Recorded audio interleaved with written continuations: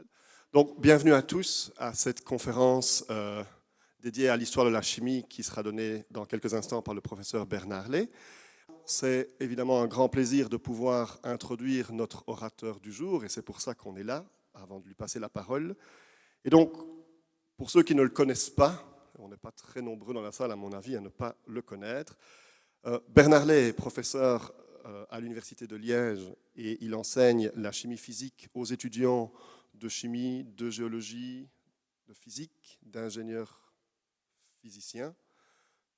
Je n'ai rien oublié, c'est parfait. Autant au niveau du bachelier qu'au niveau du master. Et tout a débuté ici, enfin pas ici, mais à l'Université de Liège, où il a étudié la chimie, il a été diplômé, il a continué en faisant un doctorat sous la direction de Jean-Claude Lorquet, qu'il a défendu brillamment en 1900, puis-je le dire, 87. Thèse de doctorat qui lui a valu quelques éloges, notamment du professeur Louis Dore, qui, et je cite, a souligné une étude expérimentale conduisant à de nouvelles informations qui concernent la formation d'ions CO2+, et une étude théorique fouillée consacrée à l'interprétation détaillée de ses propres résultats expérimentaux. De telles expériences n'avaient jamais été réalisées auparavant sur le monoxyde de carbone et se sont avérées indispensables pour faire apparaître la richesse des structures fines des courbes de section efficaces. Et je continue la citation. Quant à la contribution théorique, on peut dire que le travail de Bernard Lay est unique en son genre. Donc, ce texte date de 1988. Il est signé de Louis Dore. Et donc, la voie était tracée, en fait. Après un passage aux USA dans le laboratoire du professeur McLafferty, Bernard Lay revient à l'Université de Liège comme chargé de recherche, chercheur qualifié FNRS, et puis décide de passer dans le corps professoral en étant professeur au département de chimie. Ses recherches portent sur l'étude de la structure, donc depuis le début sur la structure et la dynamique des réactions de molécules et d'ions moléculaires avec de la spectroscopie à haute résolution, notamment des ions excités. Et il confronte et continue à confronter diverses méthodes expérimentales et théoriques. Je le fais de manière très simplifiée, mais on peut voir tout ça en ligne aussi. Alors, oscillant entre science et philosophie, ses recherches se portent aussi sur la didactique de la chimie et il est responsable de la formation des futurs professeurs de chimie de l'enseignement secondaire. Alors, en grand pédagogue, il sait qu'un bon enseignant sait qu'il ne sait pas tout. Dixit Confucius, ce n'est pas de moi. Aussi, il nourrit sans cesse ses cours des œuvres qu'il observe, qu'elles soient plastiques, picturales ou littéraires. Et là, on rejoint évidemment une citation d'un autre philosophe de l'enseignement, donc Ralph Waldo Emerson, qui a dit que la curiosité est le meilleur maître, même pour l'enseignant. Et d'ailleurs, c'est ainsi que de récentes lectures sur l'astronomie se retrouvent dans les cours des ingénieurs physiciens. Il s'intéresse également de près, évidemment, à l'histoire de la chimie, et c'est pour ça qu'on est là ce soir, en tant que discipline. Et il peut compter, évidemment, sur sa maîtrise de plusieurs langues, le français, le latin, le grec, l'allemand. On a tous en tête quelques cours sur l'étymologie de certains termes scientifiques, pour ceux qui ont eu Bernard Lay en cours, et bien évidemment la langue anglaise, et même la langue anglaise d'il y a quelques temps, quelques siècles, puisque, si je ne m'abuse, vous avez lu Shakespeare dans le texte. Et donc là, on rejoint finalement une idée énoncée par Lavoisier lui-même. Donc on en vient tout doucement au thème qui nous amène aujourd'hui, c'est qu'un bon langage est le premier instrument d'un bon raisonnement. Et enfin, évidemment, pour tous ceux qui l'ont eu en cours, là c'est une autre citation par laquelle je vais terminer cette petite allocution avant de lui passer la parole. Donc pour tous les étudiants qui ont eu Bernard Lay en cours, je pense qu'on sera tous d'accord sur le fait qu'il suit parfaitement une citation donc, de Galilée, qui disait qu'on ne peut rien enseigner à autrui, on ne peut finalement que l'aider à le découvrir en lui-même. Et donc c'est sur ces paroles et cette petite photo d'il y a un an, de Bernard Lé entouré de ses étudiants, que je lui cède la parole avec grand plaisir. Merci.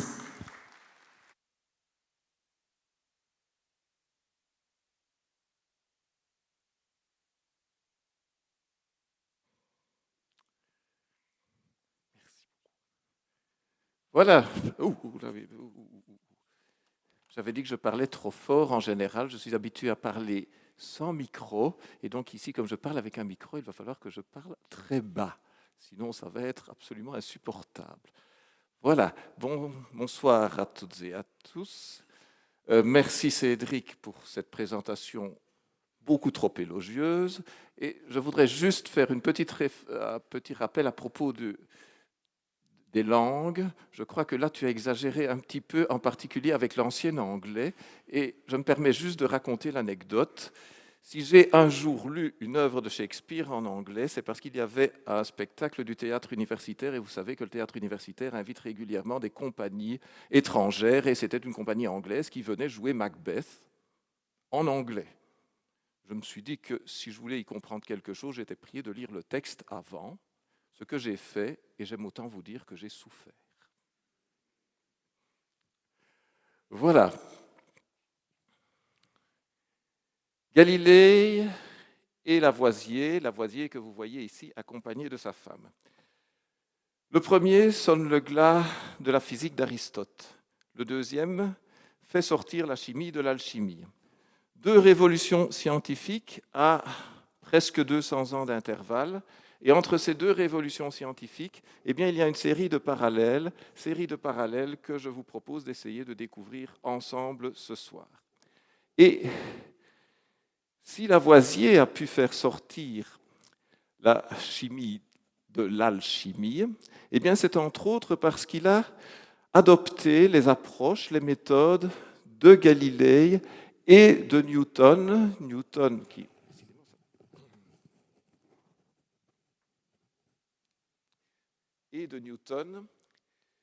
qui se situe temporellement juste entre les deux, entre Galilée et Lavoisier, que vous pouvez voir ici. Newton, ce personnage immense qui, dans ses principes mathématiques de philosophie naturelle, a construit une toute nouvelle physique, la physique qui deviendra la physique classique. Commençons donc par Galilée. Galilée que vous voyez ici. Quelques problèmes avec le dispositif, on va y arriver. Galilée que vous voyez ici accompagné de contemporains, Kepler qui jouera évidemment un rôle essentiel pour la physique céleste, et il n'y a pas que la physique, il y a aussi la musique. Vous voyez ici Monteverdi qui est un quasi contemporain, un quasi exact contemporain de Galilée, et qui va jouer un rôle également dans une sorte de révolution musicale de l'époque. Il n'y a pas que la physique qui entre en révolution, la musique change aussi énormément à cette époque.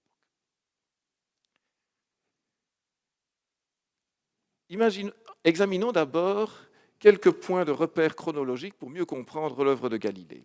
Alors Galilée, il naît en 1564 à Pise et il meurt près de Florence en 1642.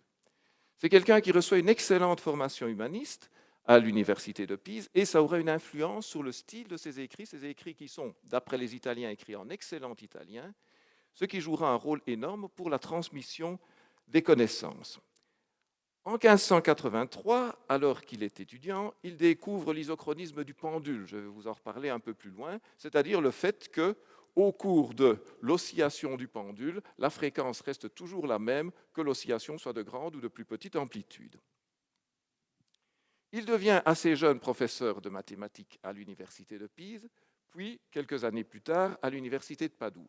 Et, contrairement à Kepler, qui évidemment jouera un rôle essentiel aussi, là n'est pas la question, Galilée, c'est quelqu'un qui refuse tout mysticisme dans le domaine de la philosophie naturelle.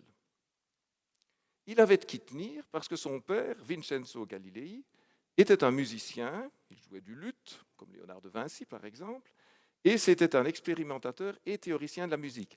qui cherchait à étudier l'harmonie, les consonances, les dissonances, non pas dans leur rapport mystique, mais plutôt dans leur existence physique, c'est-à-dire en étudiant avec précision les relations entre les consonances et les dissonances et les longueurs et les tensions des cordes. Et il a écrit, et ça influencera également très fort Galilée dans la manière dont il cherchera à transmettre les connaissances, il a écrit un dialogue de la musique antique et de la musique moderne. En octobre 1604, alors que Galilée est professeur à l'université de Padoue, il découvre la loi du mouvement naturellement accéléré, la chute libre dont je vous parlerai un peu plus loin, que je prendrai comme exemple pour vous illustrer l'approche de Galilée.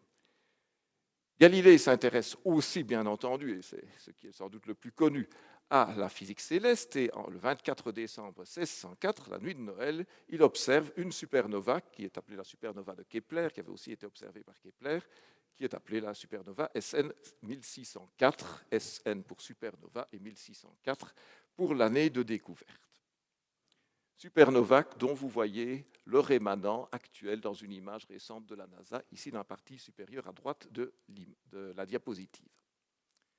En juillet 1610, il a une promotion. Il devient premier mathématicien de l'université de Pise et philosophe du grand-duc de Toscane. C'est finalement plus prestigieux et plus intéressant pour lui que d'être professeur d'université, parce qu'à l'époque, les universités sont en train de, tout doucement, perdre de l'importance. Elles sont un peu sclérosées à la fin du Moyen-Âge et à la Renaissance. Et ce sont les académies et les postes prestigieux auprès des princes qui deviendront importants.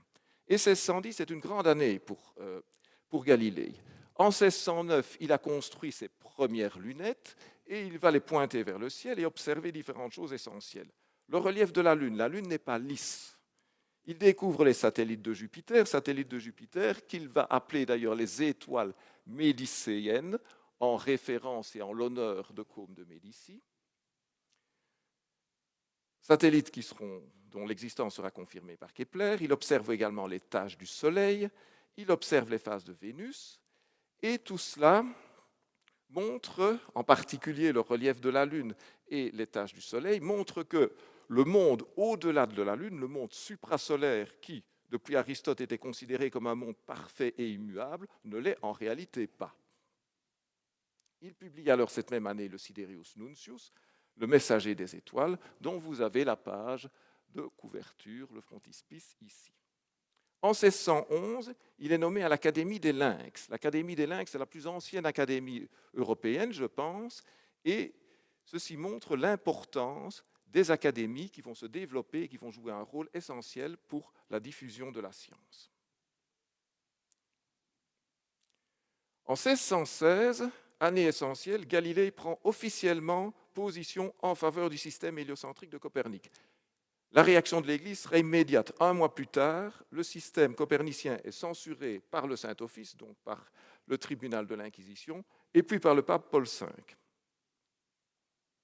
Mais en 1623, changement de pape, c'est le pape Urbain VIII, qui au départ était plutôt favorable à Galilée.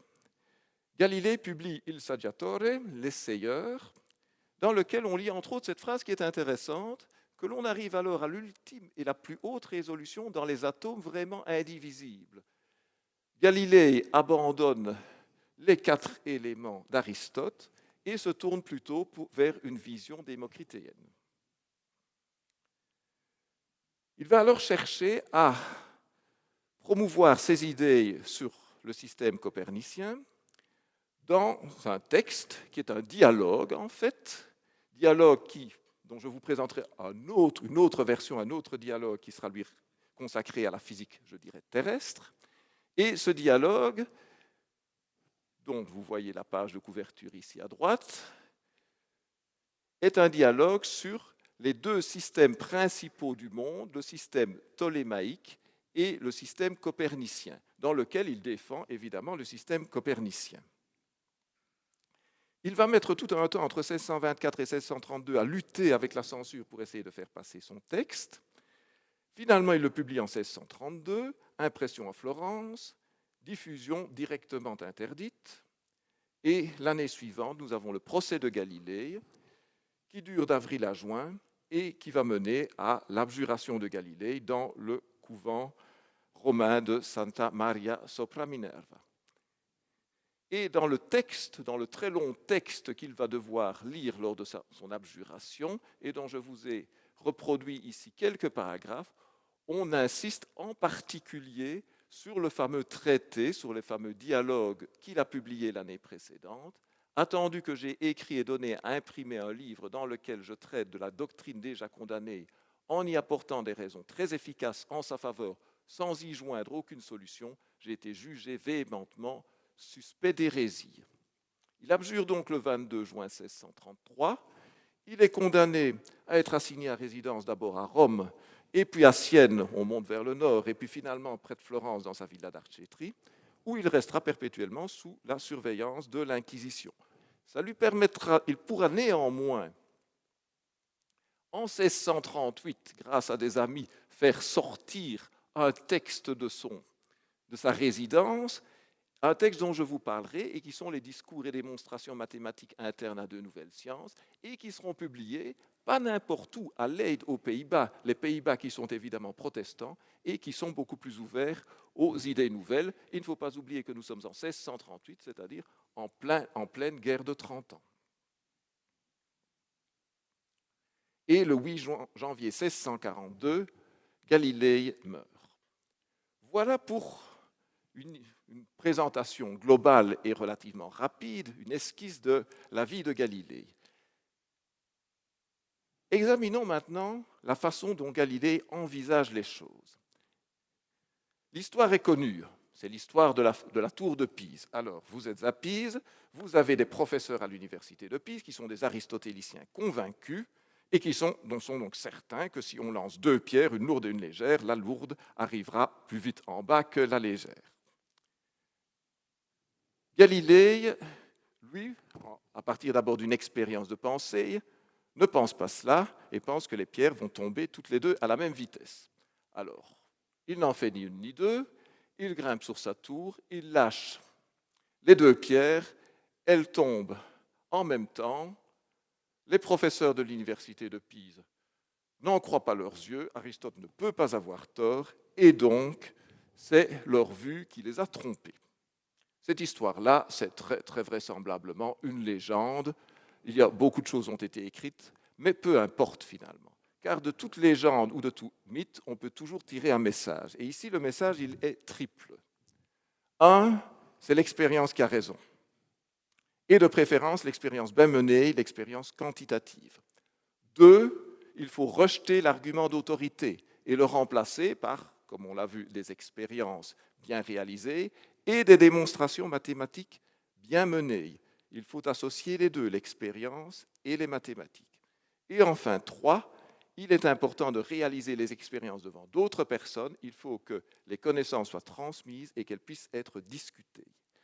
Et c'est la raison pour laquelle il va écrire ces textes principaux, ces 2 grands textes principaux, il y en a d'autres évidemment, il va les écrire sous la forme de dialogues. Et vous avez ici la page de garde des discours et démonstrations mathématiques internes à 2 nouvelles sciences, la mécanique et les mouvements locaux, de Galileo Galilei Linceo, donc membre de l'Académie des Lynx, et philosophe et mathématicien principal de Son Altesse Sérénissime, le Grand-Duc de Toscane, publié, comme je vous l'ai dit, à Leyde en 1638.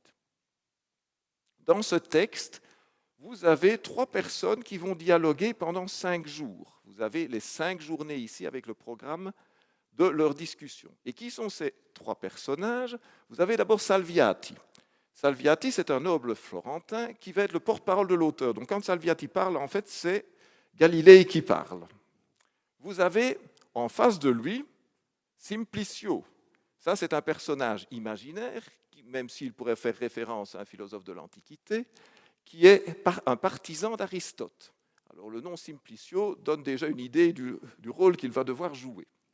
Et puis entre les deux, vous avez le modérateur, Sagredo, qui est un noble vénitien, qui lui est neutre et curieux et qui va donc, comme je l'ai dit, jouer le rôle de modérateur. Les 2 premiers sont des personnages qui ont réellement existé, qui étaient des amis de Galilée et à qui il cherche à rendre hommage après leur décès, puisque vous voyez que le texte est publié en 1638 et que les deux personnes en question sont décédées à ce moment-là. Et ce que nous allons regarder, c'est essentiellement ce qui se passe, ce qui se discute pendant la troisième journée, c'est-à-dire la journée où on discute du mouvement qui est naturalmente accelerato, c'est-à-dire de la chute libre. Mais avant de parler de la chute libre, il est intéressant de revenir d'abord et de parler d'abord du pendule. Là aussi, il y a une légende, tout le monde connaît l'histoire. Galilée assiste à l'office dominical. Bon, il s'ennuie sans doute un peu et il voit des lustres qui oscillent. Et en voyant ces lustres osciller, il constate que, contrairement à ce qu'on aurait pu penser en philosophie d'Aristote, la période, c'est-à-dire le temps qu'il faut pour aller d'une extrémité à l'autre, reste toujours la même si l'amplitude du mouvement diminue. Plus tard, il fera des expériences qu'il va rapporter dans les dialogues en question. Alors, j'ai repris quelques textes qui sont parfois un peu longs. Certains seront un peu longs, on les lira calmement ensemble. Je vous prie de me pardonner s'ils sont un peu longs, mais ça nous permet, me semble-t-il, de nous asseoir quelque sorte à côté de Galilée et puis de Lavoisier dans leur cabinet de travail et de nous plonger dans l'ambiance de l'époque. Salviati, c'est donc Galilée qui parle en fait. J'ai pris deux boules, l'une en plomb et l'autre en liège, donc une plus lourde que l'autre forcément. La première étant au moins 100 fois plus lourde que la seconde, puis j'ai attaché chacune d'elles à deux fils très fins, longs tous deux de 4 coudées. Une coudée, c'est la distance entre le coude et le doigt le plus long, c'est-à-dire le médius, fixés par le haut. Puis, les écartant de la position verticale, je les ai lâchés en même temps. Et alors, il explique que les deux oscillent à la même fréquence. La fréquence ne dépend pas de la masse du pendule. Dans ce cas-là, elle ne dépend que de la longueur de la corde. Et voici l'aspect quantitatif. Quant aux longueurs des fils constituant ces pendules, elles sont proportionnelles au carré des temps. Si un pendule a une longueur 9 fois supérieure à celle d'un autre pendule, le premier effectuera 3 oscillations, pendant que le second en accomplira une seule. Ce que tout étudiant de première année pourra facilement vérifier en démontrant les deux lois, la loi que vous avez ici, qui relie la fréquence à la longueur du pendule et à l'accélération de la pesanteur, et qui montre évidemment que le carré de la période est proportionnel à la longueur du fil. Alors vous voyez ici, d'une part, l'aspect quantitatif, le rôle de l'expérience et de la mesure, et également l'aspect didactique, l'aspect pédagogique de Galilée, qui ne se contente pas d'énoncer une proposition, mais qui l'explicite afin de prendre son lecteur en quelque sorte par la main. Expérience et mesure, mais également mathématisation. Et on pourrait résumer la méthode Galilée en 3 parties, selon une classification que j'emprunte à Franz Schupp, un professeur de philosophie allemand. 3 parties donc, 1, l'axiomatisation, 2, la mathématisation, 3, le jugement par l'expérience. Axiomatisation, qu'entend-on par là? Tout d'abord, on va définir les choses clairement et faire des déductions logiques de base. Ensuite, on va abstraire vers une situation idéale, ce qui signifiera par exemple, dans le cas de la chute libre, de ne pas prendre en considération les frottements, donc on va vers une situation modèle. 2, mathématisation, il va falloir quantifier les phénomènes pour pouvoir les relier aux expériences, et là, les mathématiques jouent un rôle essentiel, et à l'époque, ce sera en particulier la géométrie. Et puis tertio, le jugement de l'expérience, qui demande de faire des expériences scientifiques qui tendent vers les conditions idéales et qui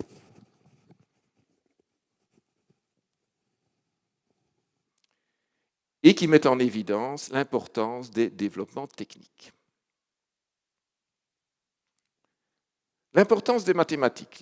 La citation que je vais vous présenter, elle est très connue, mais il est intéressant de la relire ensemble. La philosophie est écrite dans ce grand livre qui est constamment ouvert devant nos yeux, je dis l'univers, mais on ne peut la comprendre sans apprendre d'abord à comprendre la langue et à connaître les caractères dans lesquels elle est écrite. Il est écrit en langage mathématique et les caractères sont des triangles, des cercles et d'autres figures géométriques sans lesquelles il est impossible de comprendre humainement un mot. Sans eux, il s'agit d'une vaine errance dans un labyrinthe obscur. Donc deux choses ici. Un, regarder le livre de la nature, et deux, utiliser les mathématiques pour décrire la nature. C'est ce dont j'essaye de convaincre mes étudiants régulièrement dans les cours de chimie physique, que si on ne fait pas un minimum de mathématiques en physique et en chimie, et je me dirige vers mes étudiants quand je dis cela, évidemment, eh bien, on est perdu dans un oscuro labirinto. Mais cette citation, évidemment, elle est un petit peu tirée de son contexte. Il est intéressant de montrer la phrase qui précède, car elle apporte aussi quelque chose, et celle-là, on la cite rarement. Dans ce texte, il saggiatore, il s'adresse en fait, ou il attaque en fait un père jésuite, c'est sur l'histoire des comètes, mais peu importe. Il attaque un père jésuite, le père Grassi, qui porte ici le nom, il utilise un pseudonyme, car il faut quand même un tout petit peu respecter les formes, et qu'il appelle Sarsi. Il me semble d'ailleurs que Sarsi croit fermement qu'il faut, pour philosopher, s'appuyer sur les opinions de quelque auteur célèbre, comme si notre esprit, lorsqu'il n'est pas lié au discours d'un autre, restait stérile et infructueux en tout. Et peut-être croit-il que la philosophie est un livre et une fantaisie d'hommes, comme l'Iliade d'Homère et l'Orlando Furioso de l'Arioste, livres dans lesquels le moins important est que ce qui est écrit soit vrai. Monsieur Sarsi, ce n'est pas le cas. Cette phrase-ci vous montre le refus de l'argument d'autorité. Et donc vous avez dans cette citation complète, ce que j'ai lu avant se situe en dessous, les trois aspects, le refus de l'argument d'autorité, l'observation de la nature et l'expérience sur la nature et l'utilisation des mathématiques. Alors l'utilisation des mathématiques, eh bien, allons-y, voyons comment la méthode que je vous ai présentée en 3 points est appliquée. Sur la chute des corps. Alors vous avez dans les dialogues du latin et de l'italien. Les textes qui présentent les démonstrations mathématiques, tout ce qui est strictement science pure, est présenté en latin. Par contre, les dialogues qui cherchent à les rendre compréhensibles, accessibles à tous, sont écrits, eux, en italien. Axiomatisation, tout d'abord. Donc, il s'agit de la chute libre. Ici, je lâche une pierre, elle tombe. Quand donc j'observe, nous dit Galilée, qu'une pierre tombant d'une certaine hauteur à partir du repos acquiert successivement de nouvelles augmentations de vitesse, pourquoi ne croirais-je pas que ces additions ont lieu selon la proportion la plus simple et la plus évidente? On retrouve ici l'argument du rasoir d'Occam. Or, tout bien considéré, nous ne trouverons aucune addition, aucune augmentation plus simple que celle qui toujours vient s'ajouter de la même façon. Autrement dit, toutes les secondes, on a la même augmentation de vitesse, l'accélération, terme qu'il n'emploie pas, l'accélération est constante. On a l'axiome de base. Définition maintenant. Aussi, la définition du mouvement dont nous allons traiter peut-elle se formuler comme suit. Je dis qu'est également ou uniformément accéléré ce mouvement qui, partant du repos, s'ajoute à lui-même en des temps égaux, des moments égaux de vitesse. Donc c'est la définition du MRUA. Et puis vient alors la mathématisation. Avec le théorème 2, il y a un théorème 1 avant, j'en toucherai un mot rapidement. Théorème 2, proposition 2. Et là, vous voyez que le texte est en latin. Texte en latin qu'on va voir en français dans la dia suivante, avec une figure géométrique qui permet de réaliser la démonstration. Alors, dans la dia suivante, vous avez d'abord la traduction de la thèse du théorème. Si un mobile partant du repos tombe avec un mouvement uniformément accéléré, les espaces parcourus en des temps quelconques par ce même mobile sont entre eux en raison double des temps, c'est-à-dire comme les carrés de ces mêmes temps. Donc l'espace S est proportionnel au temps au carré. Et puis voici la démonstration mathématique. Alors dans la dia précédente, la démonstration mathématique, elle se fait à travers tout un long texte que j'ai cherché ici, pour des raisons que je pense un peu didactiques, à ramener à une version plus actuelle. Tout d'abord, les figures géométriques. Qu'avons-nous? Nous avons d'abord un axe vertical à droite. Cet axe vertical à droite, c'est l'axe des espaces parcourus depuis l'endroit où on lâche le mobile, la pierre, H, jusqu'à différents endroits. Donc, après un certain temps, on est arrivé à L, et puis à M, et puis à N, et puis à I. Le second axe vertical, celui-ci, l'axe A, D, E, etc., représente les temps. Donc, lorsque le mobile a parcouru HL, il est arrivé au temps D. Lorsqu'il a parcouru HM, il est arrivé au temps E, et ainsi de suite. Et les segments horizontaux qui sont représentés ici entre la droite verticale et la droite oblique représentent les vitesses qui augmentent depuis la vitesse 0 au départ, lorsqu'on lâche l'objet, jusqu'à, quand on est arrivé au point L, on a la vitesse OD, et puis la vitesse EP lorsqu'on est au point M, et ainsi de suite. Alors la démonstration, comment procède-t-elle? Elle n'est pas très compliquée. Sur l'espace S1, c'est-à-dire sur l'espace HL, la vitesse moyenne, c'est OD divisé par 2. Ça, il l'a démontré dans le théorème 1. Sur l'espace S2, HM, la vitesse moyenne, c'est PE divisé par 2.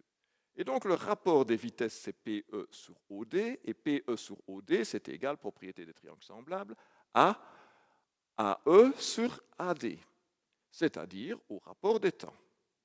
Mais S1, c'est la vitesse moyenne fois T1, et S2, c'est la vitesse moyenne fois T2. Donc, le rapport des espaces, c'est le rapport des vitesses moyennes fois le rapport des temps. Et comme le rapport des vitesses moyennes, c'est le rapport des temps, on se retrouve avec le rapport des temps au carré. Voilà ce qu'il fallait démontrer. Tout le monde est-il d'accord? Oui? Pas d'objection? Simplicio, il en a une, lui. Il dit, oui, mais je suis bien convaincu que les choses doivent se passer ainsi une fois énoncée et acceptée la définition du mouvement uniformément accéléré. Mais que l'accélération dont se sert la nature dans le mouvement de la chute des graves, les graves, ce sont les corps lourds, la gravité, la gravimétrie, que l'accélération dont se sert la nature dans le mouvement de la chute des graves soit bien telle, je persiste à en douter. Il serait donc opportun, me semble-t-il, pour m'éclairer et aussi tous ceux qui pensent comme moi, les aristotéliciens, de rapporter maintenant l'une de ces nombreuses expériences qui, avez-vous dit, concordent de différentes manières avec les conclusions démontrées. Réponse de Salviati, le porte-parole de Galilée. Votre demande, qui est d'un véritable homme de science, on voit tout de suite l'ironie, évidemment, est tout à fait raisonnable, car c'est ainsi qu'il convient de procéder dans les sciences appliquant à l'analyse de la nature les démonstrations mathématiques. Je ne voudrais donc pas que cela semble du temps perdu si nous consacrons une longue discussion à ce premier et décisif fondement sur lequel s'appuie l'immense machine des conclusions infiniment nombreuses, dont notre auteur au reste n'a donné qu'un petit nombre dans ce livre où il aura tant contribué à ouvrir une voie jusqu'ici fermée aux esprits spéculatifs. Galilée est ironique, il n'est pas trop modeste. Et afin de rendre certain que l'accélération des graves descendant naturellement s'opère bien selon la proportion énoncée plus haut, je me suis retrouvé plus d'une fois en sa compagnie en établir la preuve de la façon suivante. Alors voilà, c'est l'expérience du plan incliné dont vous avez ici un exemplaire qui provient du musée Galilei à Florence. Le texte est un peu long, mais il apporte un certain nombre d'aspects qui me semblent importants. Dans un chevron de bois, nous creusions un petit canal d'une largeur à peine supérieure à un doigt et parfaitement rectiligne.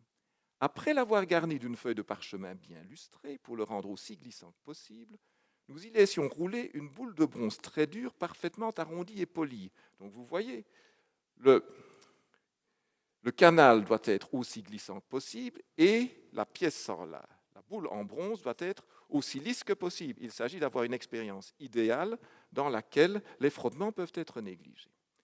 Nous laissions descendre la boule dans le canal en notant le temps nécessaire à une descente complète. L'expérience était recommencée plusieurs fois afin de déterminer exactement la durée du temps, mais sans que nous découvrions jamais de différence supérieure au dixième d'un battement de pouls. Je ne sais pas comment il mesurait le dixième d'un battement de pouls, mais nous allons voir comment il va mesurer les temps après. La mise en place et cette première mesure étant accomplie, nous faisions descendre la même boule sur le quart du canal seulement. Le temps mesuré était toujours rigoureusement égal à la moitié du temps précédent. Racine d'un quart égale 1,5. Nous faisions ensuite varier l'expérience en comparant le temps requis pour parcourir la longueur entière du canal avec le temps requis pour parcourir sa moitié, ou les 2 tiers, ou les 3 quarts, ou toute autre fraction. Dans ces expériences répétées une bonne centaine de fois, nous avons toujours trouvé que les espaces parcourus étaient entre eux comme les carrés des temps, et cela quelle que soit l'inclinaison du plan, c'est-à-dire du canal dans lequel on faisait descendre la boule. Alors ici, vous avez 3 aspects qui me semblent importants. Premier aspect, réaliser une expérience idéalisée dans laquelle on contrôle bien tout. Éliminer les frottements en réalisant une boule aussi lisse que possible, etc. Deuxième chose, la précision des mesures. Troisième chose, la répétabilité. Les expériences ont été répétées un grand nombre de fois. Et donc, vous voyez que la répétabilité, ce n'est pas les chimistes analyticiens qui l'ont inventé, Cédric. Et la mesure du temps. Alors, on a raconté qu'il s'était basé sur le pouls, la mesure du pouls. C'est sans doute une légende. Voici comment il nous présente la façon dont il mesure le temps. Pour mesurer le temps, nous prenions un grand seau rempli d'eau que nous attachions assez haut. Par un orifice étroit pratiqué dans son fond s'échappait un mince filet d'eau que l'on recueillait dans un petit récipient tout le temps que la boule descendait dans le canal.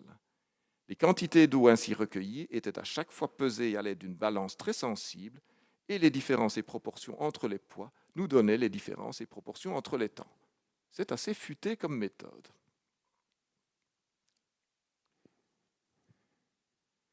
Nous voyons donc, sur la base de ce que je vous ai présenté, mais également sur la base du reste des textes qui sont présentés dans son ouvrage, que les mêmes lois du mouvement, qu'il s'agisse du mouvement accéléré ou qu'il s'agisse du mouvement décéléré, s'appliquent qu'on laisse tomber le corps en chute libre ou qu'on le lance à la verticale vers le haut. C'est-à-dire que l'on considère le mouvement qu'Aristote considérait comme un mouvement naturel. Une pierre, ça contient l'élément, parmi les 4 éléments, terre, et la terre, ça veut retourner à la terre, et donc le but d'une pierre, c'est de tomber vers le sol. Tandis que si vous le lancez vers le haut, c'était pour Aristote un mouvement violent, un mouvement qui s'oppose au mouvement naturel. Ici, les 2 mouvements peuvent se décrire par les mêmes lois. Et donc la science progresse en généralisant, en utilisant un nombre toujours plus petit de lois pour expliquer un nombre toujours plus grand de phénomènes. Galilée a aussi découvert le principe d'inertie. Mais là, on n'y arrive pas par l'expérience au principe d'inertie. On y arrive par une expérience de pensée, plutôt. Et qui se base aussi sur ces fameux plans inclinés. Alors, considérez 2 plans inclinés qui sont opposés l'un à l'autre et qui ont initialement les mêmes inclinaisons. Vous lancez une boule du plan incliné de gauche, elle arrive en bas, elle remonte, elle arrive à la même hauteur, en parcourant, selon l'axe horizontal, la même distance en descente et en montée. Vous faites la même expérience, mais cette fois-ci avec une inclinaison un peu plus faible, un angle plus faible ici. La boule remontera aussi, mais parcourra cette fois une distance, selon l'axe horizontal, plus grande. Pour commencer encore l'expérience, du moins par la pensée, avec un plan encore moins incliné, avec un angle encore plus faible. Et même chose encore, et on parcourt une distance ici encore plus longue. Alors vous voyez où je veux en venir. Si on fait tendre l'angle ici vers 0, que va faire la boule une fois qu'elle aura atteint le point minimum? Elle ne sera ni décélérée ni accélérée, forcément. Elle va continuer à vitesse constante à l'infini, en principe, tant que rien ne l'arrête, avec la vitesse qu'elle aura acquise, bien entendu, en arrivant ici au point minimum. C'est ce que Galilée nous explique dans ce texte qui est en latin ici et qu'on ne va pas lire en détail, mais où vous voyez que le mouvement s'étend in infinitum. Alors, quelques conclusions pour quitter Galilée, parce que nous avons rendez-vous avec Lavoisier et il est temps d'essayer de rencontrer Lavoisier. Alors, quelques conclusions d'abord sur Galilée. Chez Aristote, la cause du mouvement naturel est dans le mobile lui-même, qui est en quelque sorte le sujet de son mouvement. Chez Galilée, la cause du mouvement accéléré de chute libre, elle est dans des forces extérieures, gravité, qui ne définit pas de façon très précise, ce sont des entités abstraites, que Newton, lui, définira et intégrera dans une théorie qui sera la théorie de la mécanique classique, dans les principes mathématiques de philosophie naturelle, dans une théorie donc complètement cohérente. Le mobile devient maintenant objet du mouvement. L'approche de Galilée, c'est une approche qui fera école. Par exemple, l'approche expérimentale. Par exemple, pour l'étude des propriétés physiques des gaz et pour la recherche du vide, avec les expériences de Boyle, de Pascal, de Torricelli, de von Guericke, par exemple. Et cette approche expérimentale, créant de nouvelles réalités idéalisées, eh bien, nous allons la retrouver chez Lavoisier. Mais avant de rencontrer Lavoisier, nous devons plonger un petit peu dans les racines de la chimie, dans les racines de Lavoisier et donc les racines de la chimie. Et les racines de la chimie, elles plongent évidemment dans l'alchimie. L'alchimie qui a 3 buts, percer les mystères du monde, maîtriser la matière et améliorer l'humanité. Ces 3 buts sont aussi finalement les buts de la science. Les méthodes ne sont pas les mêmes. Alors à la fin du Moyen-Âge et au cours de la Renaissance, l'alchimie quitte progressivement ses aspects mystiques. En tout cas, elle se scinde en 2 branches. Une branche mystique qui existe encore d'ailleurs maintenant, vous avez encore des alchimistes, et une branche plus pratique qui s'intéresse à la chimie des solutions, qui s'intéresse à l'utilisation de l'alchimie dans la médecine. Vous avez le développement avec Paracelse de ce qu'on appelle la chimiatrie, ou l'iatrochimie, du grec iatros, qui veut dire médecin, psychiatre, pédiatre, etc. Mais progressivement, donc, l'alchimie devient plus pratique, et vous avez une étape importante entre la fin de l'alchimie et le début de la chimie, qui est ce qu'on appelle l'étape du phlogistique, la théorie du phlogistique. Que cherche à expliquer le phlogiston ou le phlogistique? Il cherche à expliquer, à donner une explication rationnelle, ou aussi rationnelle que possible, de la combustion. Et il le fait en introduisant un principe réel, un principe matériel. Les principes que nous avions chez les alchimistes, le principe soufre, le principe mercure, le principe sel, et également les 4 éléments eau, terre, air et feu, ces principes et ces éléments étaient finalement des entités abstraites qui permettaient de donner des propriétés aux substances, mais sans qu'on ne s'inquiète véritablement de connaître la nature, la structure de ces principes et éléments. Ici, le phlogistique, c'est quelque chose qui est supposé être une entité réelle, une entité concrète, une entité que l'on pourrait même peser, et Stahl essaiera de le peser. Et le but est d'expliquer la combustion. Et vous avez 2 personnes qui joueront un rôle important au niveau de ce phlogistique. C'est tout d'abord celui qui introduit le terme, Johann Joachim Becher, qui va poser l'existence d'un principe réel, donc, comme je l'ai dit, et ce principe, il le nomme le phlogiston, du grec phlogizo, qui veut dire enflammé.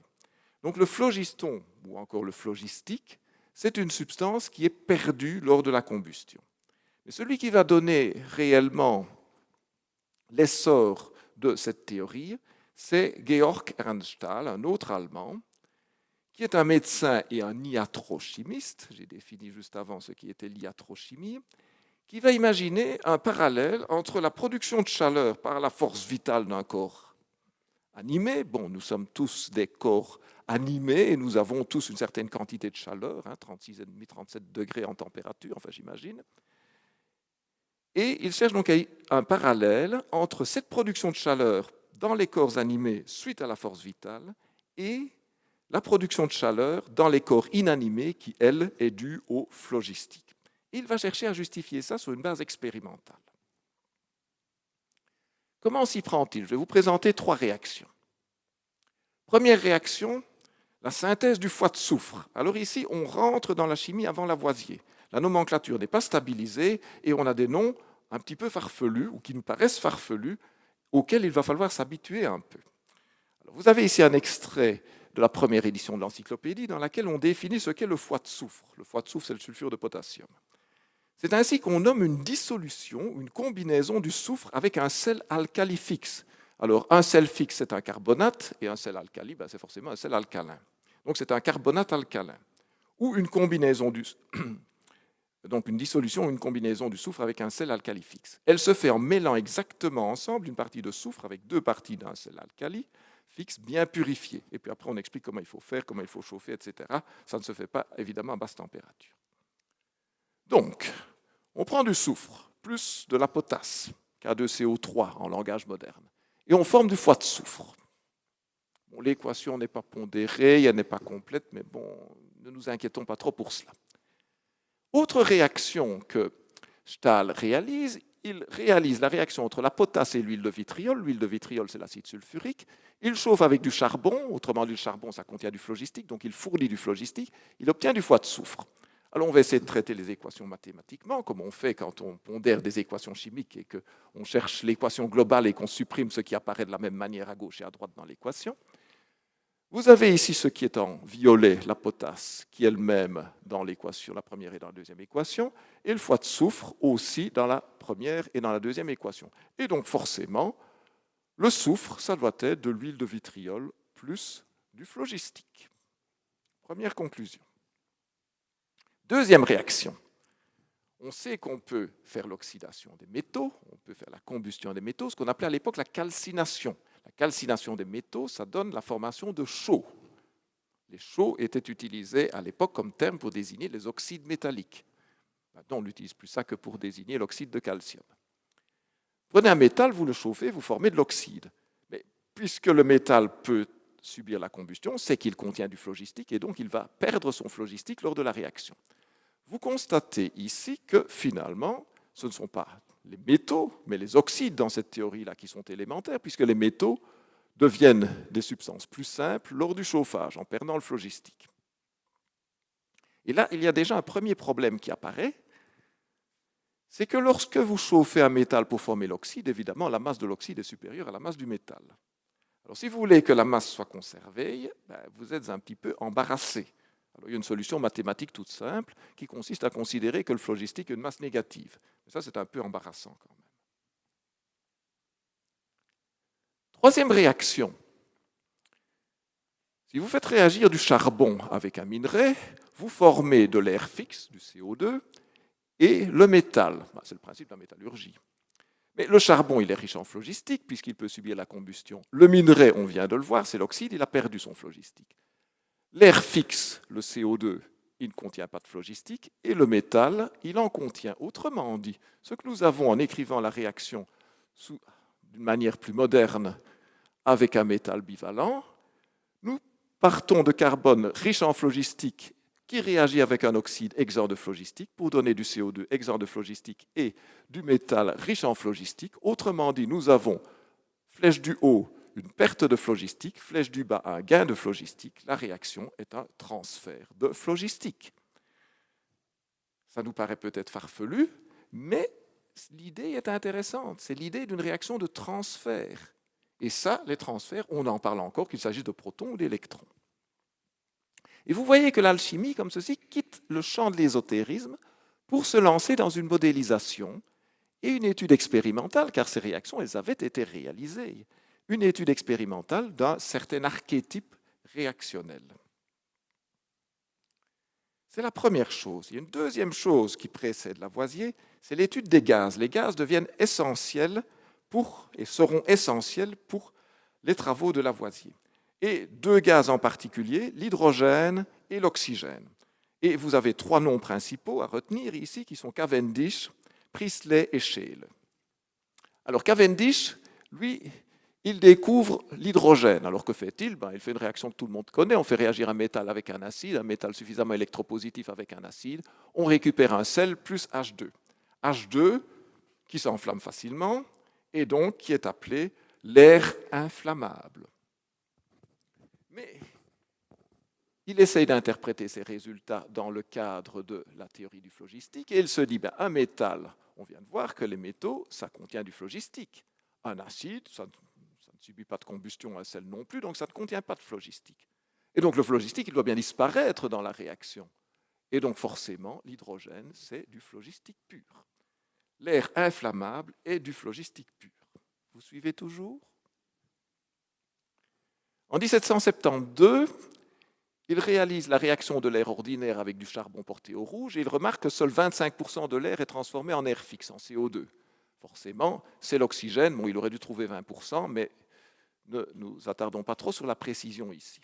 Quant au reste de l'air, eh bien, qu'est-ce qu'il constate? Il constate qu'il n'entretient pas la combustion et qu'il est étouffant. Hein, il le fait respirer à des souris et ces souris meurent. C'est comme ça qu'il découvre ce qui sera appelé après l'azote, alpha privatif zoé la vie, l'azote qui n'entretient pas la vie.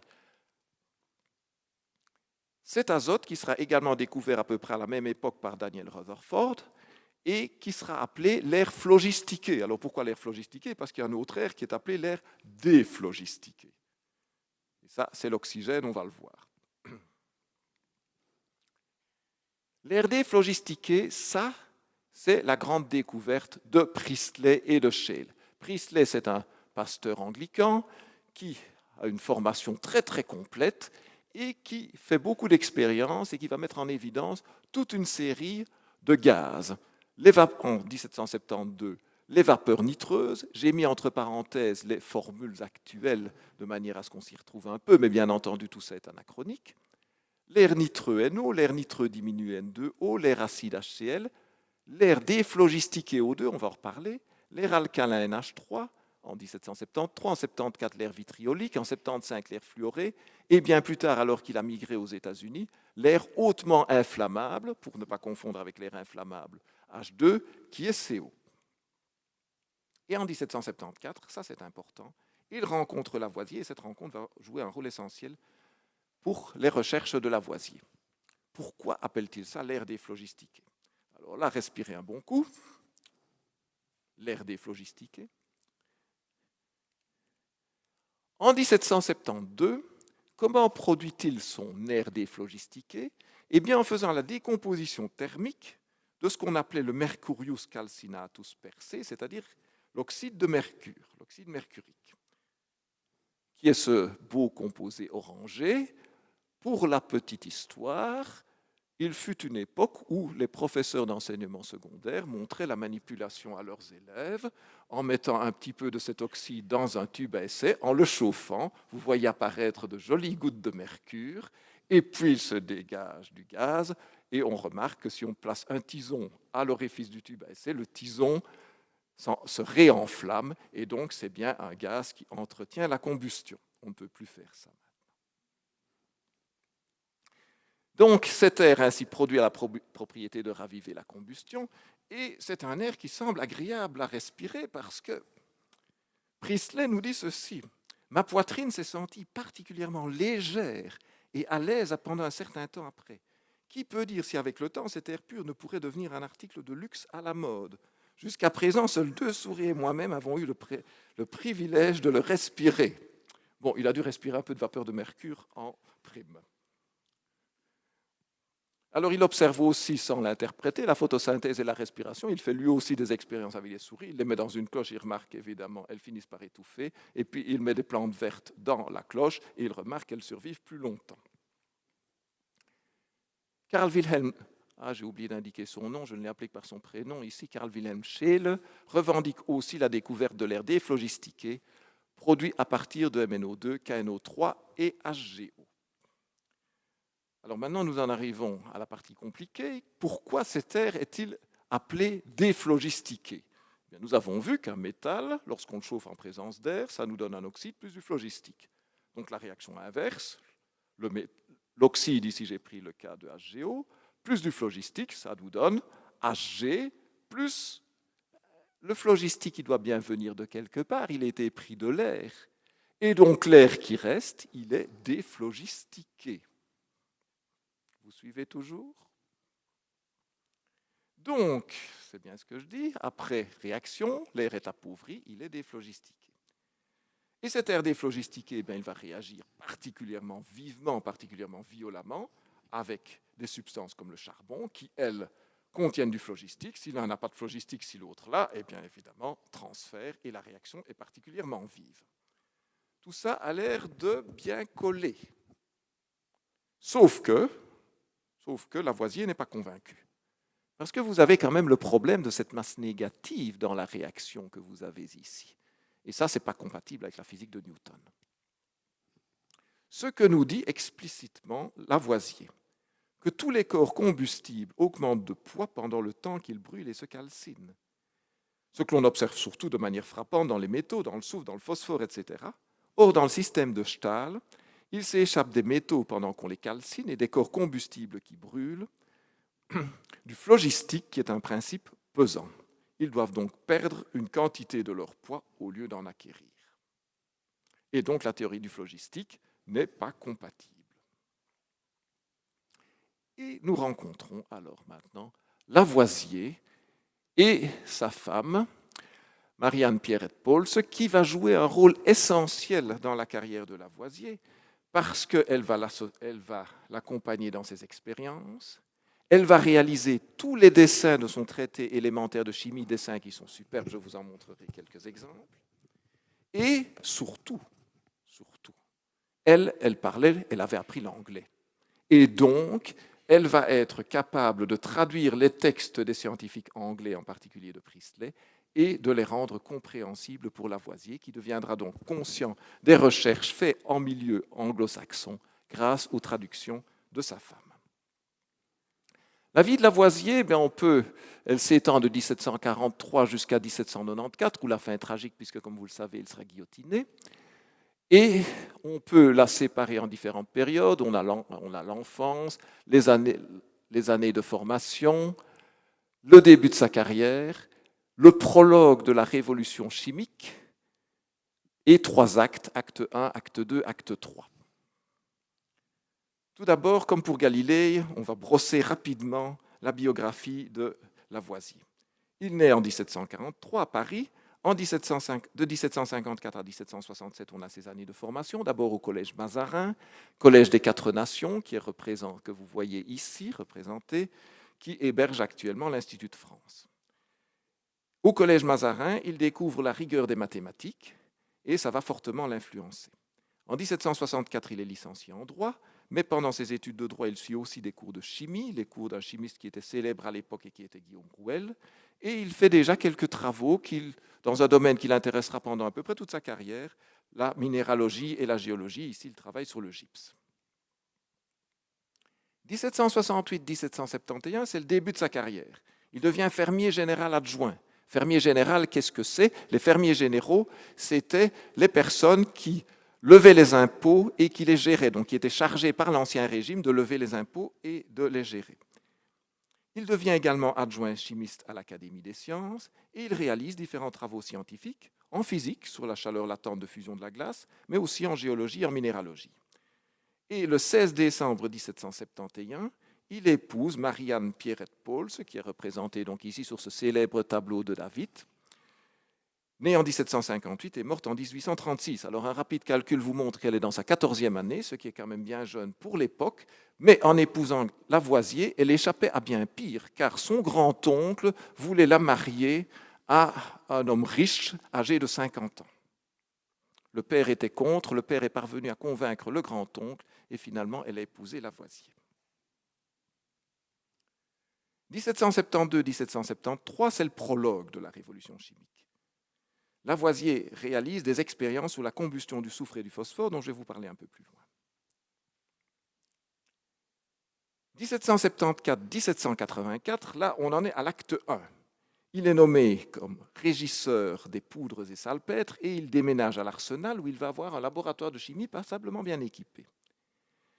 C'est là aussi qu'il va travailler avec un assistant qui est Éleuthère Irénée Dupont de Nemours, qui, dans les troubles de la Révolution française et parce que la famille Dupont de Nemours s'est trouvée un petit peu trop du côté de Louis XVI, va alors quitter la France, va migrer vers les États-Unis, vers Philadelphie, où il va fonder une entreprise chimique, l'entreprise Dupont de Nemours, qui au départ s'intéressait à la synthèse et à la production de poudre pour les canons, ce qu'il avait appris grâce à Lavoisier à l'Arsenal.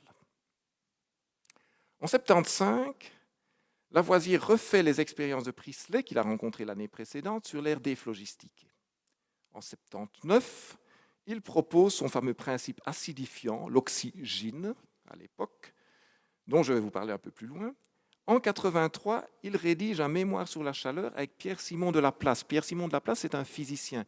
Et ça, c'est extrêmement important parce que ça montre à quel point Lavoisier cherchait à faire des expériences non seulement dans le domaine de la chimie, mais également dans le domaine de la physique. C'est finalement un petit peu le père de la chimie physique. Il se trouve vraiment à la frontière entre les deux disciplines. Le 24 juin 1783, il synthétise l'eau devant un parterre d'académiciens à partir d'hydrogène et d'oxygène. En 84, il décompose l'eau par du fer porté au rouge et montre ainsi que l'eau n'est plus un élément. On avait les 4 éléments d'Aristote, l'eau, l'air, la terre, le feu. L'eau n'est pas un élément. L'acte 2 commence en 1785 et se clôture en 1788. En 1785, il refait dans de meilleures conditions la décomposition et la recomposition de l'eau avec un collaborateur qui est Jean-Baptiste Meunier de Laplace. Et en 1785, il publie ses réflexions sur le phlogistique où il abandonne cette théorie. En 1787, il publie une méthode de nomenclature chimique et en 1788, il devient membre de la Royal Society de Londres, ce qui montre à quel point il est reconnu. 1789, c'est l'année où, en janvier, il présente son traité élémentaire de chimie, dont je vais vous parler un peu plus loin. Et de 1789 à 1794, son activité scientifique se ralentit fortement parce qu'il est pris dans les méandres de la Révolution française, révolution à laquelle il se montrera favorable, mais qui aura à la fin raison de lui. Il va occuper différentes positions politiques, il va devenir député aux États généraux, il va présider la caisse d'escompte, c'est la future Banque de France, mais la caisse sera supprimée en 1793. Il va subir les attaques de révolutionnaires comme Marat. En 1791, les fermiers généraux sont supprimés, donc on supprime l'institution des fermiers généraux. Et en 1793, les anciens fermiers généraux sont arrêtés, sont condamnés, et le 19 Floréal en 2, calendrier révolutionnaire, dans notre calendrier grégorien le 8 mai 1794, Lavoisier est guillotiné, ce qui fera dire à Joseph-Louis Lagrange, un mathématicien célèbre qui a été à la base de la fondation de la mécanique analytique, il ne leur aura fallu qu'un moment pour faire tomber cette tête, et 100 années peut-être ne suffiront pas pour en reproduire une semblable.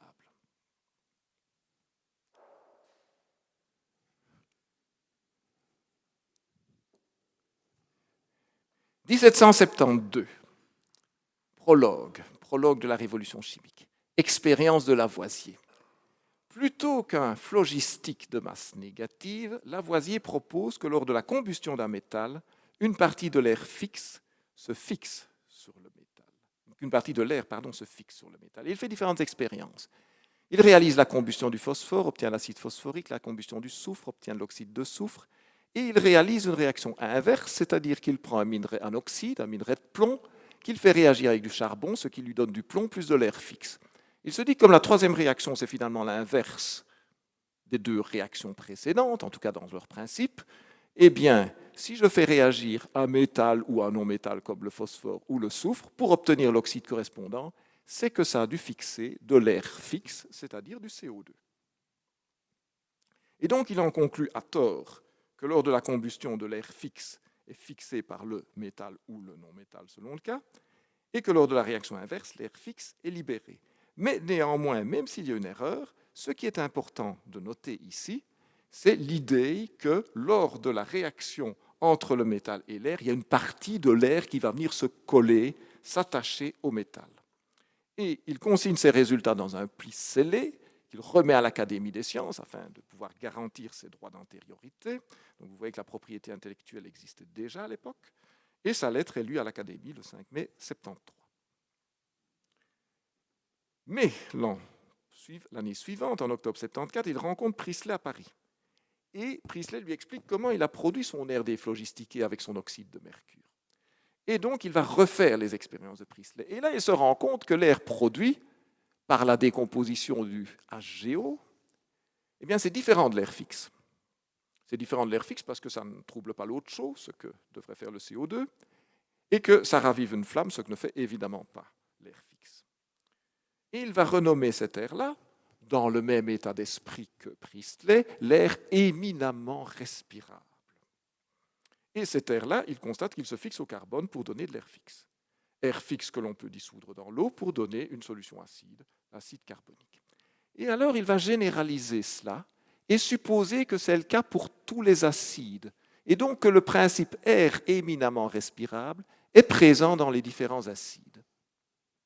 En faisant cela, en généralisant à partir d'un nombre limité d'expériences, que fait-il? Il applique finalement la méthode inductive telle que nous l'avait enseignée Newton dans la règle 3 de ses Principia Mathematica. Ici, il s'agit de la traduction, qui reste toujours la traduction de référence d'Émilie du Châtelet. Les qualités des corps qui ne sont susceptibles ni d'augmentation ni de diminution, autrement dit les qualités des corps qui sont constantes, qui sont stables, et qui appartiennent à tous les corps sur lesquels on peut faire des expériences, elles doivent être regardées comme appartenant à tous les corps en général. Et il va alors baptiser ce principe oxygène qui génère des acides, de gynomai qui veut dire générer. Bon, je reviens à mes dadas d'étymologie. Donc gynomai, ça veut dire générer. Et le oxy, ça vient de oxos. Oxos, c'est le nom grec pour désigner le vinaigre et, par généralisation, pour désigner les acides. Le mot oxus, lui, signifie pointu. Et en effet, les acides étaient souvent représentés, entre autres par l'apothicaire Lemry, avec des petites pointes, parce qu'un acide, comme vous le savez, quand vous le mettez sur la langue, ça pique. Le jus de citron ou le vinaigre. Et donc l'oxygène est pour Lavoisier un principe qui est présent dans tous les acides. Du phosphore avec de l'oxygène, ça vous donne de l'acide phosphorique. Il faudra bien évidemment penser à l'hydrogène aussi, mais on n'en est pas encore là. Le soufre plus l'oxygène, ça vous donne l'acide sulfurique. Le carbone pour l'oxygène, ça vous donne l'acide carbonique. Et donc l'air n'est pas un élément. Maintenant, en faisant cela, il s'est limité aux acides ternaires, c'est-à-dire à ce qu'on appelle les oxacides. Les hydracides, il n'en parle pas. Il ne les connaît pas d'ailleurs, les hydracides. Et c'est en 1810 que Humphrey Davy, qui sera le patron de Faraday, va montrer que le chlore est un élément et qu'il existe aussi d'autres types d'acides, HCl, ce qu'on appelait avant l'air acide, qui ne contiennent pas d'oxygène. Et donc, vous voyez qu'avant, tous les gaz étaient toujours nommés comme des airs, l'air acide, l'air phlogistiqué, l'air déphlogistiqué, etc. On considérait, en suivant Aristote, qu'il y avait un seul élément qui était non condensable, qui était l'air. Maintenant, Lavoisier a montré que l'air n'est plus un élément, et en cela, il sort de la physique d'Aristote. En 1789, il va consigner tout et synthétiser tous ces résultats dans son traité élémentaire de chimie, et les textes que je vous ai présentés avant viennent de ce traité. Et alors dans ce traité, vous voyez ici la page de garde, et vous voyez que c'est rédigé par M. Lavoisier de l'Académie des sciences, de la Société royale de médecine, des sociétés d'agriculture de Paris, d'Orléans, de la Société royale de Londres, de l'Institut de Bologne, de la Société helvétique de Bâle, de celle de Philadelphie, Harlem, Manchester, Padoue, etc. Donc vous voyez que Lavoisier est en 1789 quelqu'un de reconnu. Il va aussi montrer, et c'est le deuxième exemple que je voudrais vous montrer, que l'eau n'est pas un élément. Et pour cela, il va réaliser 4 expériences. 1, il va distiller l'eau pour obtenir de l'eau pure. Vous voyez ici l'idée d'avoir des expériences idéalisées. Ensuite, il va décomposer l'eau sur du charbon à haute température, sur du fer à haute température, et puis, pour s'assurer que les deux principes qu'il aura trouvés sont bien suffisants, il va resynthétiser l'eau à partir de ces 2 principes. C'est la 4e expérience. Le dispositif expérimental, et ici vous avez un des superbes dessins réalisés par Madame Lavoisier. Comment fait-il pour distiller l'eau? Eh bien, vous avez cet appareillage où vous avez ici un système de chauffage, un four, vous avez une cornue, l'eau est placée ici à l'intérieur, on chauffe, donc l'eau va se vaporiser, elle passe dans ce tube EF qui est ici chauffé. Vous avez ici du charbon et des braises qui sont portées au rouge.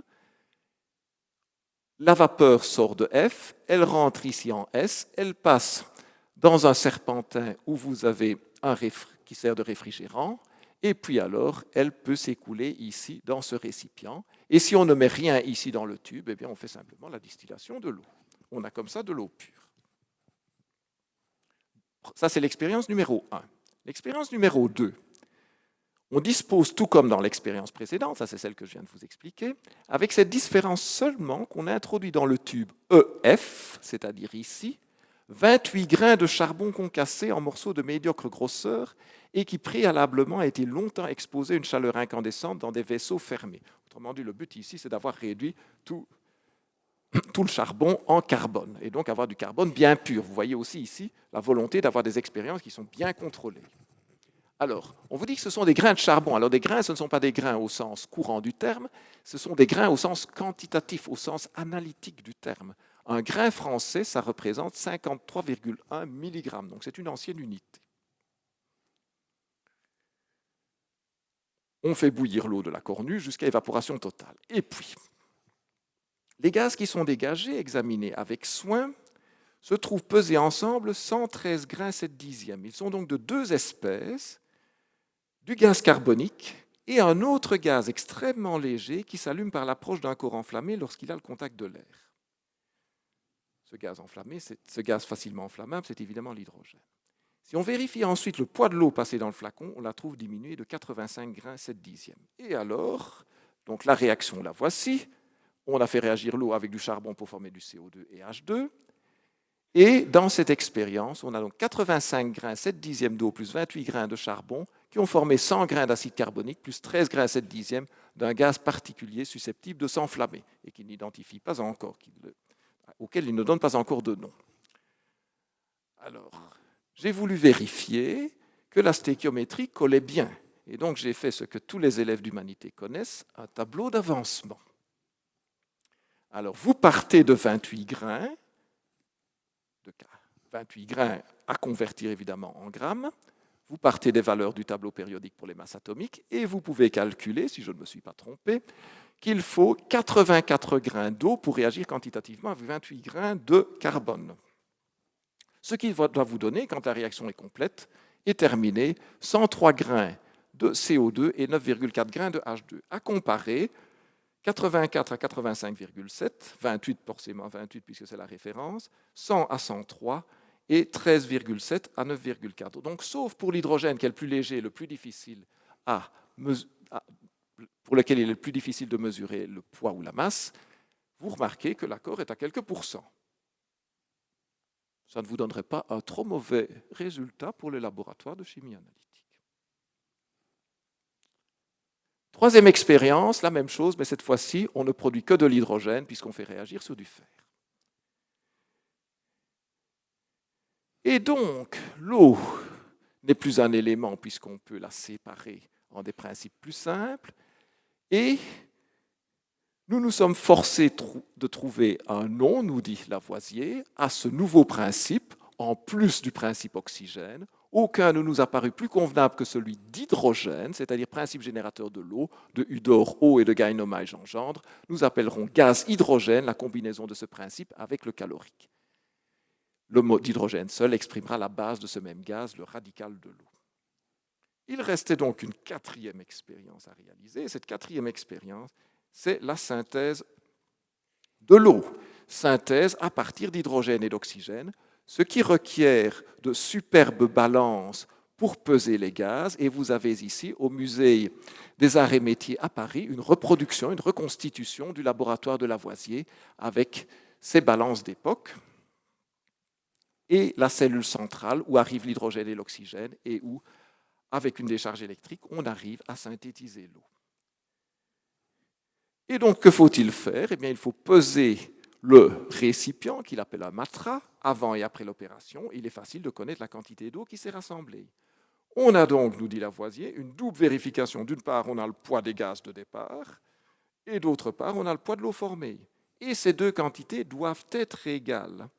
Alors ici, on nous dit souvent, et si je vous posais la question, qu'a dit Lavoisier, vous allez tous me répondre comme un seul homme ou comme une seule femme, rien ne se crée, rien ne se perd, tout se transforme. En fait, Lavoisier prend ça comme point de départ.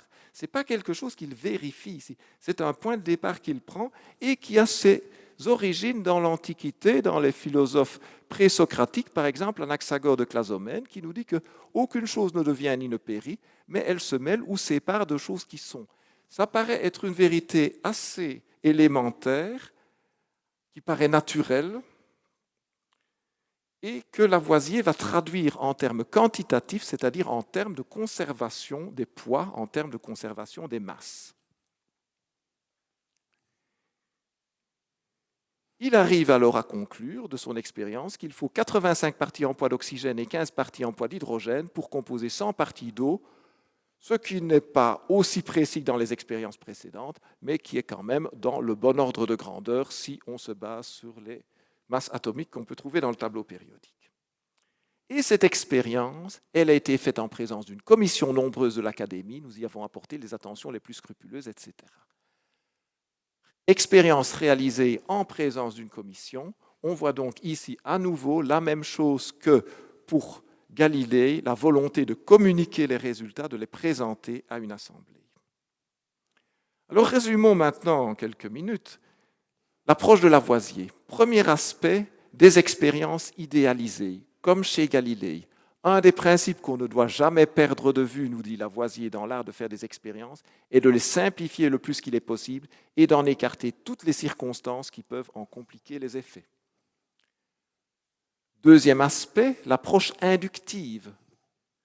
Je me suis imposé la loi de ne procéder jamais que du connu à l'inconnu, de ne déduire aucune conséquence qui ne dérive immédiatement des expériences et des observations, et d'enchaîner les faits et les vérités chimiques dans l'ordre le plus propre à en faciliter l'intelligence au commençant. C'est une autre manière de nous rappeler la règle 3 de Newton que je vous ai déjà citée. Troisième aspect, communiquer clairement la science. Le traité élémentaire de chimie de Lavoisier suit finalement les mêmes idées, les mêmes principes que les écrits de Galilée. Alors, il semblerait que son traité, il y ait déjà pensé dès 1781, avant même qu'il ne réalise les expériences centrales qui vont mener à la révolution chimique. En fait, les souvenirs qu'il avait de ces années au Collège Mazarin lui avaient montré une chimie relativement confuse, relativement peu claire, et il cherchait à remédier à cela, et c'est dans cet esprit qu'il a rédigé son traité de chimie, dans lequel il fait une remarque qui me paraît particulièrement judicieuse et que tout professeur de chimie, à laquelle tout professeur de chimie peut être confronté. Une des difficultés de la chimie, c'est que quand on commence à enseigner, on doit nécessairement montrer des expériences, prendre des exemples, et pour bien comprendre ces exemples et ces expériences, il faudrait déjà connaître des choses qu'on n'aura l'occasion que d'enseigner nettement plus tard. Et c'est ce qu'il nous dit. C'est en effet un défaut commun à tous les cours et à tous les traités de chimie de supposer dès les premiers pas des connaissances que l'élève ou le lecteur ne doivent acquérir que dans les leçons subséquentes. Et puis, il faut préciser le langage. Les définitions sont importantes. Chez Galilée, elles le sont aussi. Et en chimie, vous avez vu tout le langage, l'air fixe, l'air déphlogistiqué, tout ça, c'est compliqué. Lavoisier va introduire une nomenclature, ce qu'il va faire avec l'aide d'autres personnes, entre autres de Berthollet. Et je vous montre juste 2 extraits ici, pour vous montrer qu'avec Lavoisier, nous avons finalement la nomenclature à laquelle nous sommes habitués maintenant. L'acide sulfurique, donc je parlerai uniquement des sulfates et des sulfites et des sulfures. L'acide sulfurique exprimera le soufre saturé d'oxygène autant qu'il peut l'être, c'est-à-dire ce que l'on appelait avant l'acide vitriolique. L'acide sulfureux exprimera le soufre uni à une moindre quantité d'oxygène, c'est-à-dire ce qu'on nommait avant acide vitriolique sulfureux volatile ou acide vitriolique phlogistiqué. Sulfate sera le nom générique de tous les sels formés de l'acide sulfurique et sulfite sera le nom des sels formés de l'acide sulfureux. C'est encore ce qu'on vous apprend maintenant en disant qu'on utilise le suffixe -ate pour les états d'oxydation les plus élevés et le suffixe -ite pour les états d'oxydation les moins élevés. On ne parle pas d'état d'oxydation chez Lavoisier, bien entendu, mais on parle de saturation d'oxygène, ce qui en gros revient au même quand on se place dans le langage de l'époque.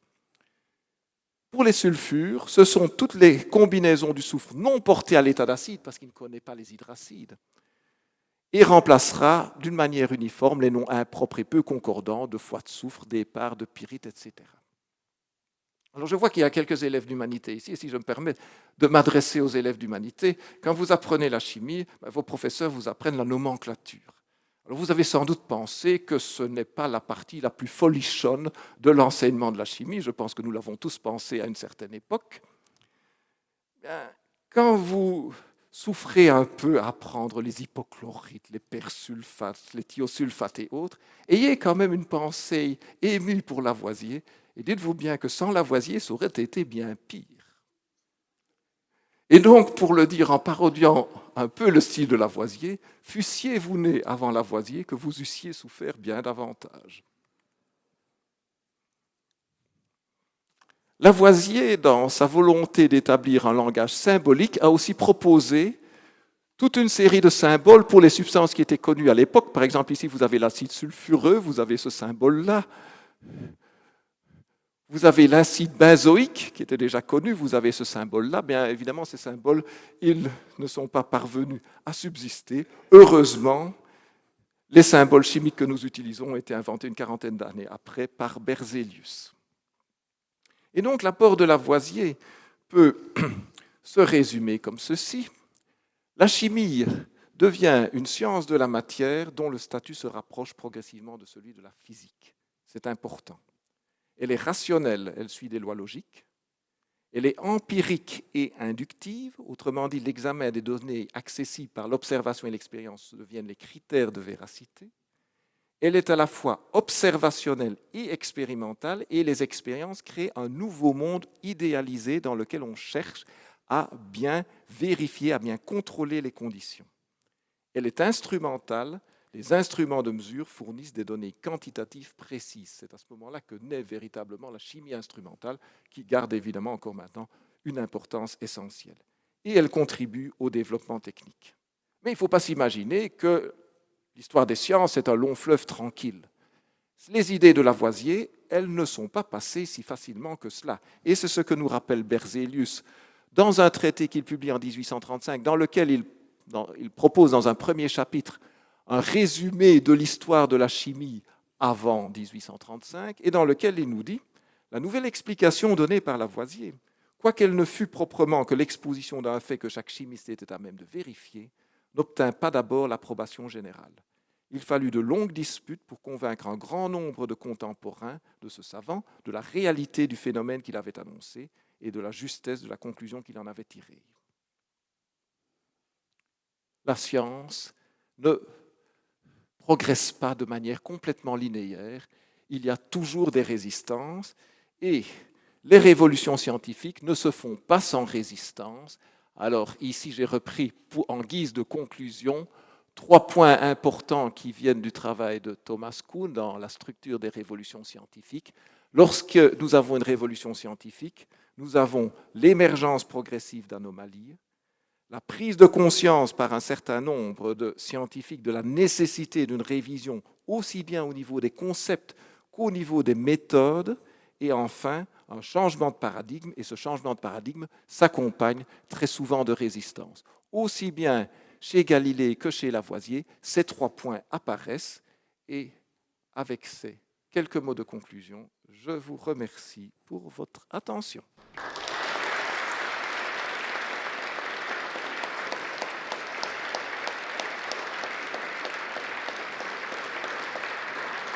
Bon, je peux, oui. Je peux essayer en tout cas. Voilà. On a le temps pour quelques questions. Si certains d'entre vous ont des questions, il faut élever la main éventuellement ou une remarque. L'expérience de Lavoisier que vous avez évaluée quantitativement, c'est pas qu'il produit de l'hydrogène à partir du charbon, oui, de l'hydrogène et de l'eau et de la vapeur d'eau. J'ai quand même des doutes. Comment a-t-il réussi à trouver qu'il y avait de l'hydrogène sur des quantités probablement infimes aux températures d'un foyer ouvert? Cet homme est un génie. Ou alors il a pu inventer... Attends, qu'est-ce que tu veux dire par foyer ouvert? Bon, il a tout son système qui est fermé.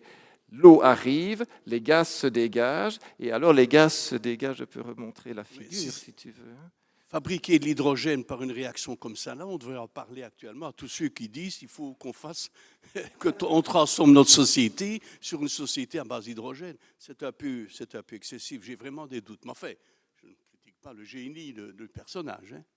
Voilà. Donc les gaz, évidemment, vont se dégager par ici. Alors il a dans ce cas-là un mélange de CO2 et de H2. Il faut évidemment qu'il sépare les deux. Le CO2, il le piège dans de l'eau chaude. Et puis, ce qui reste, c'est le CH2, qui sera forcément mesuré avec une précision nettement plus faible. Mais sinon, tout son système est fermé. Hein. Son système n'est pas ouvert ici. Bon, évidemment, c'est représenté ouvert là-bas, mais il faut s'imaginer la suite du dispositif.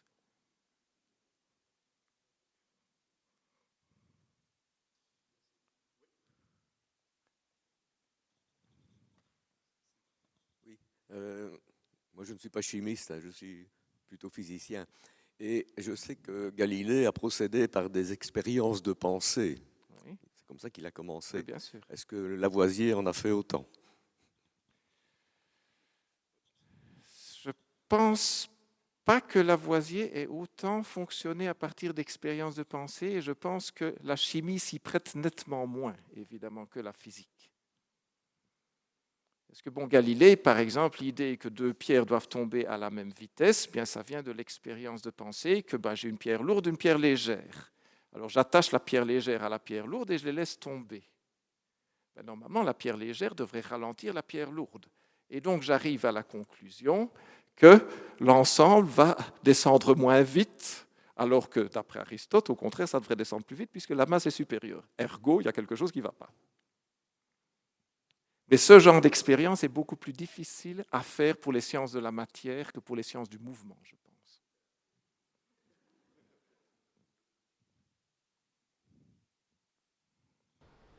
Alors, si on n'a pas d'autres questions, je vous propose de remercier à nouveau et d'applaudir Bernard Ley pour ce magnifique exposé.